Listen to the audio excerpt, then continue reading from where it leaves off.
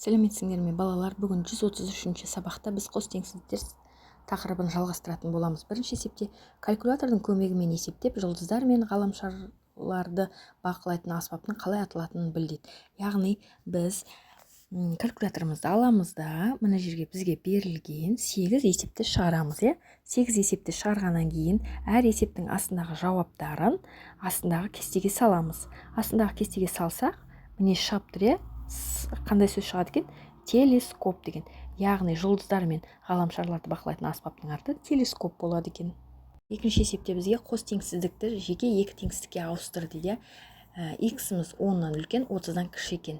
Немесе X-іміз 20-дан үлкен, 48-ден кіші екен. Дәптеріңе осындай сәуле сызығын сығыз және көрсетілген сан аралықтарын белгіле. Теңсіздіктердің шешімдерін сәуле қиғаш сызықтарымен көрсет. Бірлік кесін үшін екі төрткөзді белгіле дейді.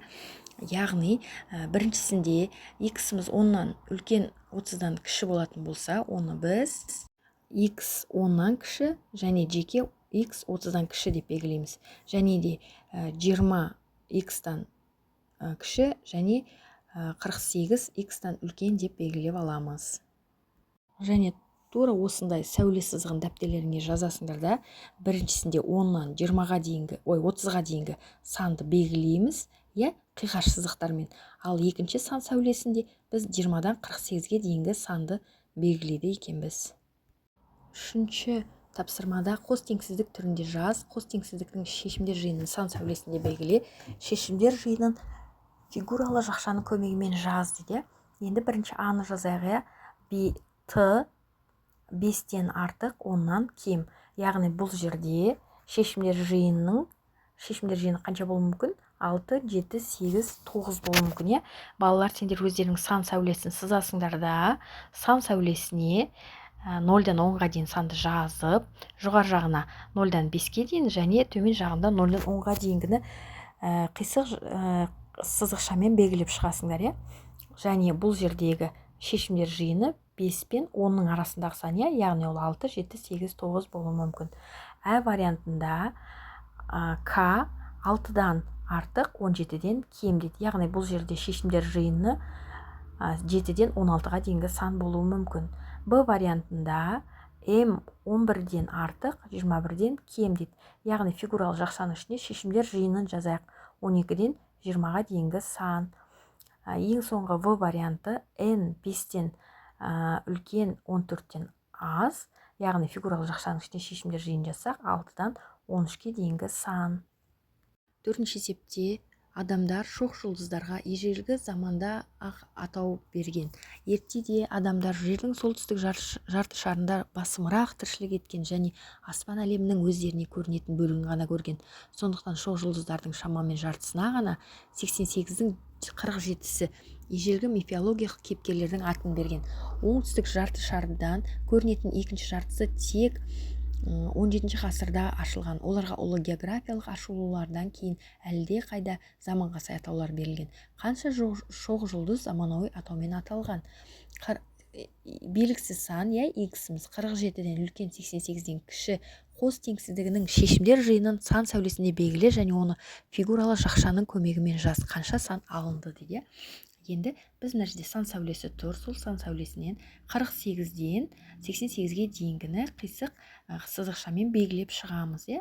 Енді фигуралы жақшаның ішіне біз 48-ден үлкен, яғни 49-дан бастап 87-ге дейінгі сандарды жазып шығамыз. Яғни бұл санымыз 40 сан болады екен. Бесінші тапсырма. Есептемей-ақ бөліндінің мәнінде қанша цифр болатынын анықта дейді. Қанша цифр болатынын қалай анықтаймыз? 35280-ді 7-ге бөлеміз. Енді бірінші толымсыз бөлінгішке қарайық. 3-ті 7-ге бөле алмаймыз ғой. 35-ке бөле аламыз. Сол үшін 35-тен бір цифра шығады. Енді одан қалатын цифрамен 2-ні қосамыз. Одан тағы бір цифра шығады. 8-ден тағы бір, 0-ден тағы бір цифра шығады. Яғни бұл жерде 4 цифралы сан шығады екен. Енді 623.801-ді 89-ға бөлгенде де қараймыз, 62-ні 89-ға бөле алмаймыз, енді 623-ті бөлуге болады. Яғни 623-тен 1 цифра шығады, 8-ден 1 цифра, 0-дан и 1-ден. Яғни бұл жерде де 4 цифралы сан шығады екен. Енді 376.423-ті 47-ге бөлетін болсақ, бұл жерде де 37-ге 47-ні бөле алмаймыз, мына толымсыз бөлінгішке. Сонда 376-ны бөлеміз, сонда одан 1 цифра, 4-тен 1, 2-ден 1, 3-тен 1 цифра. Яғни бұлда да 4 цифра шығады екен. Енді 450.340-ты 506-ға бөлсек, 450 жетпейді. 4503-ті бөлеміз, содан 1 цифра, 4-тен 1 и 0-ден 1 цифра.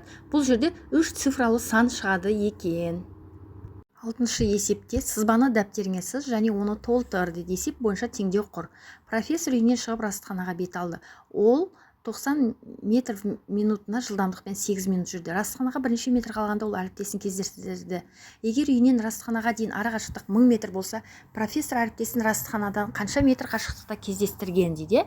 Яғни жазып аламыз, бірінші сызбаны. Яғни профессор үйінен шықты, оның жылдамдығы 90 метр минутына 90 метр болды, В-ны жазып аламыз.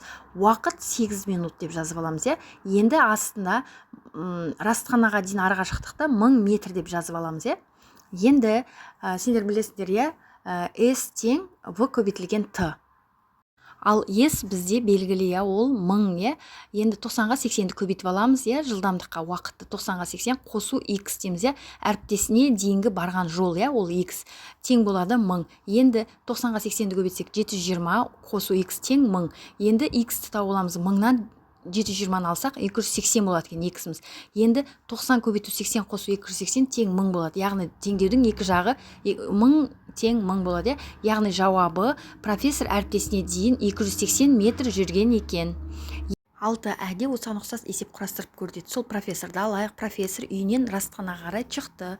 120 метр минутына жүрді. 8 минутта расатханаға жетті. Бірақ расатханаға 180 метр жетпей тұрған кезде әріптесімен кездесті.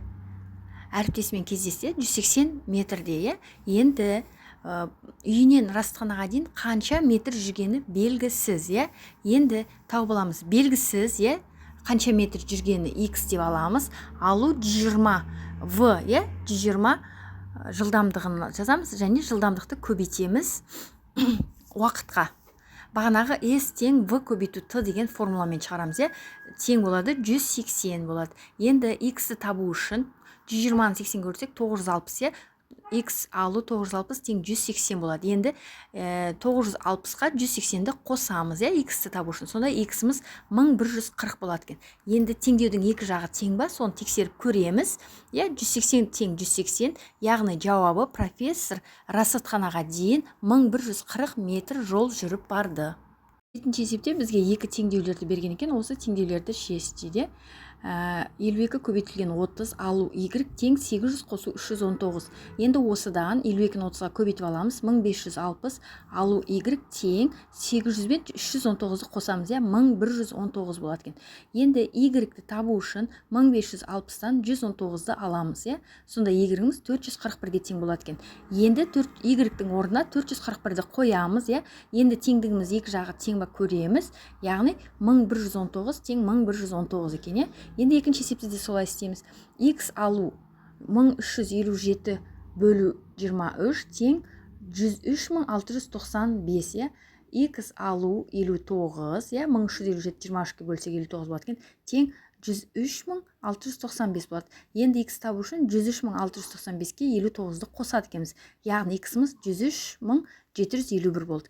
Енді теңдіктің орнына, X-ің орнына 103751-ді қоямыз. Сонда теңдігіміздің екі жағы 103695 болады екен, яғни 103695 тең 103695, яғни теңдеулеріміз дұрыс шешілді. 8-ші есепте Эйлер дөңгелегінің көмегімен шығар дейді. Аулада 29 ұлдың тек екеуі ғана спортпен айналыспайды. Ал қалғандары футбол немесе теннис үйірмелеріне, кейбіреуі екеуіне де қатысады. Футболмен 17 ұл, ал тенниспен 19 ұл айналысады. Неше футболшы теннис ойнайды, неше теннисші футбол ойнайды деген есеп екен. Бұл есепті шығару үшін біз 29 ұл бар екенін білеміз, барлығы. Енді оның екеуі қатыспайтынын білеміз. 29-дан 2-ні аламыз, 27 болады. Енді футболмен 17, тенниспен 19 ұл дейді. Яғни 17 мен 19 қосамыз, 36 болады. Енді 36-тан 27-ні алып тастаймыз, сонда 9 бала қалады. Яғни 9 бала. Енді иелер дөңгелегін аламыз да ортаға 9 баланы жазамыз, өйткені 9 бала футболға да тенниске де қатысады. Енді бізге айтты, футболмен 17 бала қатысады деді. 17-тен 9 алсақ 8 қалады. Яғни тек қана футболға 8 бала қатысады екен, футбол мен тенниске 9 бала қатысады, және тек тенниске 10 бала қатысады. Өйткені теннисте 19 деп жазылып тұр. Иелер дөңгелегінің теннис жағындағы дөңгелегіне 10 жазамыз, сонда ортада 9 тұрады. 9 бала футболға да тенниске де қатысады, 10 бала тек қана тенниске қатысады, 8 бала тек қана футболға қатысады екен. Енді 9-шы есеп. Қос теңсіздіктердің шешімдер жиынын сан сәулесінен белгілеп көрсетті де. X-тан 526-дан X үлкен, 562-ден кіші екен, немесе X-міз 450-ден үлкен, 452-ден кіші екен. Енді сан сәулесін дәптерлерімізге сызамыз, сол жерге 526-ны белгілейміз, сосын кейін 562-ні белгілейміз. Осы аралықтағы сандар, осы теңсіздіктің шешімдер жиыны болып табылады. Яғни ол қандай сан? 527, 528, 529 сөйтіп кете береді. 561-ге дейін болады. Енді екіншіде 450-ді белгілейміз сан сәулесінде, және 452-ні белгілейміз. Бұл жерде бұл теңсіздіктің шешімдер жиыны 451 саны ғана болады, бір сан ғана. Соны мына фигуралы жақшаның ішіне жазып қоямыз. Балалар, бүгінгі сабақ түсінікті деп ойлаймын. Осымен сабақ аяқталды. Сау болыңдар.